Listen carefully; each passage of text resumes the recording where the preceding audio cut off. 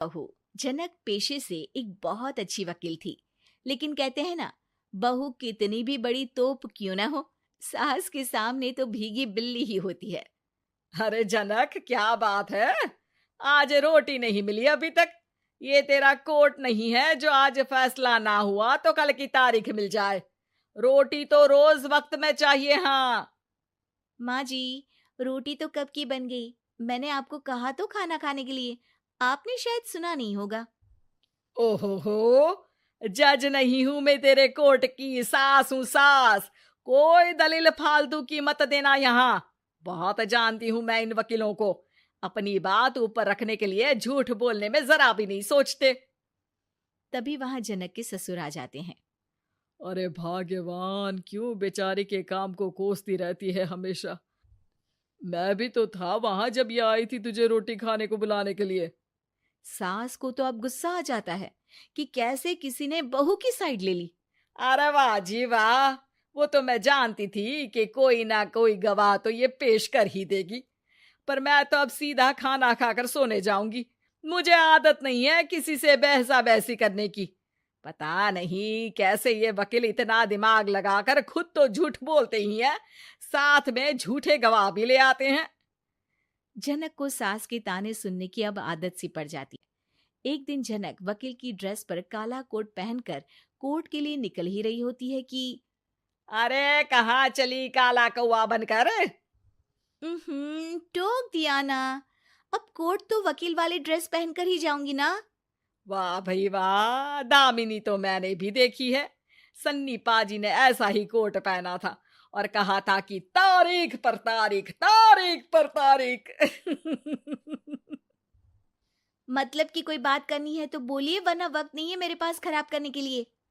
अरे पता नहीं तुझ में क्या देखा मेरे बेटे ने, सारा दिन वकीलों वाली बहस करती है, भोली भाली सास के साथ। अच्छा सुन, जो इतनी बहस मेरे आगे करती है ना, जरा अपने बॉस से कर ले, जो 1 साल भी ना हुए तेरी शादी को और काले कपड़े पहना दिए। अंदर जा और लाल कोट पहन कर आ, पता तो चले कि नई नवेली शादी हुई है। अरे माँ जी, कोर्ट में मेरा बॉस क्या करेगा? ये तो पूरे देश की ड्रेस है वकीलों के लिए। लेकिन सास तो ठहरी सास। अच्छा, तो कोई जरूरत नहीं है 2-4 साल कोर्ट जाने की। शादी थोड़ी पुरानी हो जाए तब इजाजत दे दूंगी मैं तुझे काले कपड़े पहनने की। अब क्या था, मन मारकर जनक को लाल रंग का कोट पहनकर कोर्ट जाना पड़ता है। उसके जाने के बाद आहा, बढ़िया, ये पूरे देश की ड्रेस की बात करने वाली। अरे पहना दिया ना लाल कोट। अब सास आए दिन या तो जनक को उसके काम का ताना देती, या फिर उसका काम छुड़वा देने की धमकी। तंग आकर एक दिन जनक पति से कहती है, मैं सोच रही हूँ कि कोर्ट जाना बंद ही कर दूं। अरे क्यों यार, इतना अच्छा करियर है, क्यों छोड़ने की सोच रही हो? अरे लाल रंग का कोट पहनकर जाना पड़ता है। हर बात पर सास ताना देती है कि वकील तेज होते हैं, सवाल जवाब करते हैं, झूठी दलीलें देते हैं। अरे तो ठीक है ना, वो जो कहती है अपनी समझ से कहती है, लेकिन तुमको तो पता है ना कि सच्चाई क्या है। जनक को पति की बात से हौसला मिलता है कि तभी घर पर कुछ लोग आ जाते हैं। अरे आइए पंच साहब, कैसे आना हुआ? अरे भाई साहब, सुना है कि आपकी बहू वकील है। तभी वहां सास आ जाती है। हाँ है तो, लेकिन क्या हुआ? फिर कहीं बहस कराई क्या? अरे हम तो खुद दुखी है उसके व्यवहार से। अरे भाभी जी, आपको तो पूरा मोहल्ला जानता है कि आप कितना बोलती है। फिर हम यहाँ बहू रानी की कोई शिकायत नहीं, बल्कि अपनी परेशानी लेकर आए हैं। ससुर जी खुश हो जाते हैं। हाँ हाँ, मैं अभी बहू को बुलाता हूँ। जनक वहां आती है, सबको नमस्ते करके बैठ जाती है। बहू रानी, हमारे गांव में बड़ी मुसीबत आ गई है। अब तो पूरे गांव की जिम्मेदारी मानो तुम्हारे कंधों पर है। अरे ना ना, इससे तो घर की जिम्मेदारी पूरी नहीं होती, ये गांव की जिम्मेदारी क्या लेगी? भाभी जी, आप चुप हो जाओ। यहाँ पढ़े लिखे लोगों की बात हो रही है। आप जाओ, जरा रसोई से सबके लिए चाय लेकर आओ। मैं कॉफी लूंगी। हाँ हाँ, वकील साहिबा के लिए कॉफी। सास सर पैर सब पटक कर वहां से निकल जाती है। बहू, गांव में पानी नहीं आ रहा है। पड़ोसी राज्य ने हमारा पानी रोक रखा है।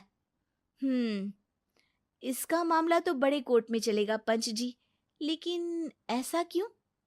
वो राज्य हम लोगों से पानी के पैसे मांग रहा है। अब आधे गांव में पानी की सप्लाई खत्म हो गई है बहुरानी। अच्छा पंच साहब, बात गांव की है तो मैं जरूर केस लड़ूंगी। यहाँ एक बार फिर सास की एंट्री हो जाती है। अरे वाह जी वाह, ये काम करवा लो, आप हमारी बहू से बहुत अच्छा करती है। मैं हूं सीधी सादी सास। इस लड़की ने कैसे लड़ लड़ कर मुझे साइड कर रखा है, ये तो अब आपको पता चल ही जाएगा।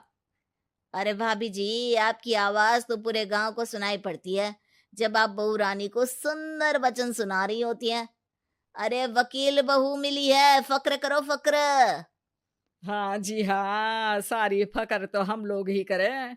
खैर, अब जो केस लड़ेगी और पानी गांव में आ जाता है तो पंच साहब लिख कर देना होगा कि हैंड पाइप में सबसे पहले मेरी बाल्टी और घड़ा भरेगा। अरे फिर तो हम बहू रानी के नाम पर घर पर ही सप्लाई दे देंगे, लेकिन ये इतना आसान नहीं है।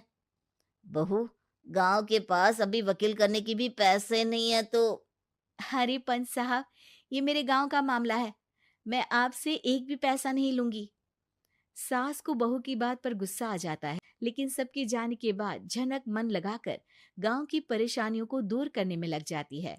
और वो दिन भी आता है कि झनक केस जीत जाती है। अरे आज तो प्लम्बर आकर घर तक पाइप लगा गया है। खुश हो जाओ, मेरे कारण तुम लोगों को घर के अंदर ही पानी मिल जाएगा।